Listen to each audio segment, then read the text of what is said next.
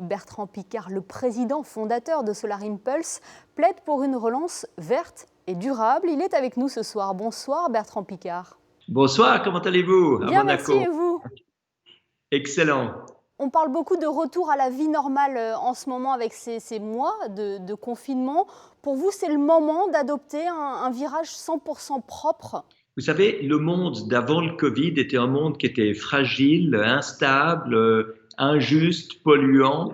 Donc c'est clair que c'est pas ce monde-là qu'il faut retrouver. Et si on met tout l'argent de la relance économique pour retrouver le monde qu'on avait précédemment, ça va pas être une vraie relance, ça va être un feu de paille. Moi, je pense qu'il faut parler de relance efficiente, même plus que de relance propre, parce que comme ça inclut l'économie également. Vous êtes convaincu que écologie peut rimer avec rentabilité? Aujourd'hui, c'est pas que ça peut rimer, c'est que ça va totalement de pair. C'est comme autrefois quand on était au charbon et qu'on se demandait si ça valait la peine de passer au pétrole. Mais évidemment, à l'époque, ça valait la peine de passer au pétrole. Aujourd'hui, ça vaut la peine de passer aux renouvelables, à l'efficience énergétique et aux technologies propres. Alors comment convaincre la population? Comment convaincre également les décideurs politiques?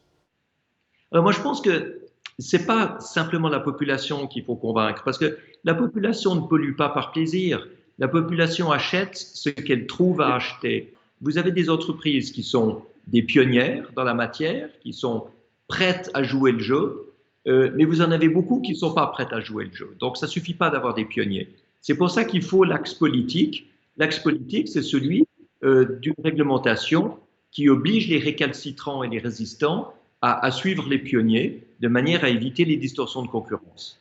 Mais vous pensez quand même que le confinement, cette crise, a incité à changer notre regard sur notre rapport avec la planète? Mais à court terme, certainement, mais avec un effet pervers. Parce que, vous savez, pour atteindre les accords de Paris, il faut baisser les émissions de CO2 de 7,6% par année. C'est exactement ce qu'on aura eu cette année comme baisse du CO2. Mais pour ça, on a mis l'économie à genoux avec des millions de chômeurs et des milliers d'entreprises au bord de la faillite ou qui ont déjà fait faillite. Moi, je prône la croissance qualitative. La croissance qualitative, c'est celle où on fait du profit, on crée des emplois en remplaçant ce qui pollue par ce qui est propre, par ce qui protège l'environnement, par ce qui est efficient. Et ça, c'est le marché industriel du siècle dans tous les domaines. Donc c'est ça qu'il faut amener comme solution. C'est votre nouveau challenge, justement, les 1000 solutions pour la planète. Oui, absolument. Et c'est un challenge où, une fois de plus, l'esprit est partagé avec le prince Albert. À l'époque de Solar Impulse, de l'avion, on partageait ce goût pour l'exploration, pour accomplir l'impossible. Et puis aujourd'hui, on est vraiment le prince dans le domaine politique, moi dans le domaine technologique, en train de montrer que le développement durable, c'est pas une philosophie, c'est une pratique économique. C'est quelque chose qui sert la population, qui sert les entreprises. C'est une manière de créer de l'emploi, d'améliorer le bien-être social et en même temps de protéger l'environnement. Il y a également cette énergie récupérée grâce à la mer, grâce aux vagues, qui va être mise en place aussi en principauté de Monaco.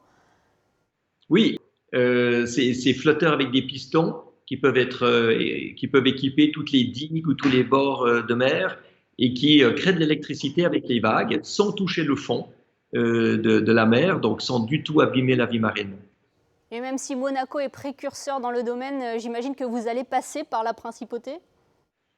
Alors le prince Albert connaît toutes ces solutions sur les doigts de la main parce qu'on en parle énormément, mais j'aimerais beaucoup associer le prince à certaines démarches avec d'autres gouvernements pour amener comme ça le côté institutionnel de Solar Impulse, le côté politique de la principauté de Monaco et montrer à quel point justement ces solutions permettent de faire le lien entre l'économie et l'environnement. Donc il y a encore des tas de choses qui seront faites avec Monaco, toujours dans ce même esprit de pionnier qui me plaît beaucoup et qui plaît au prince.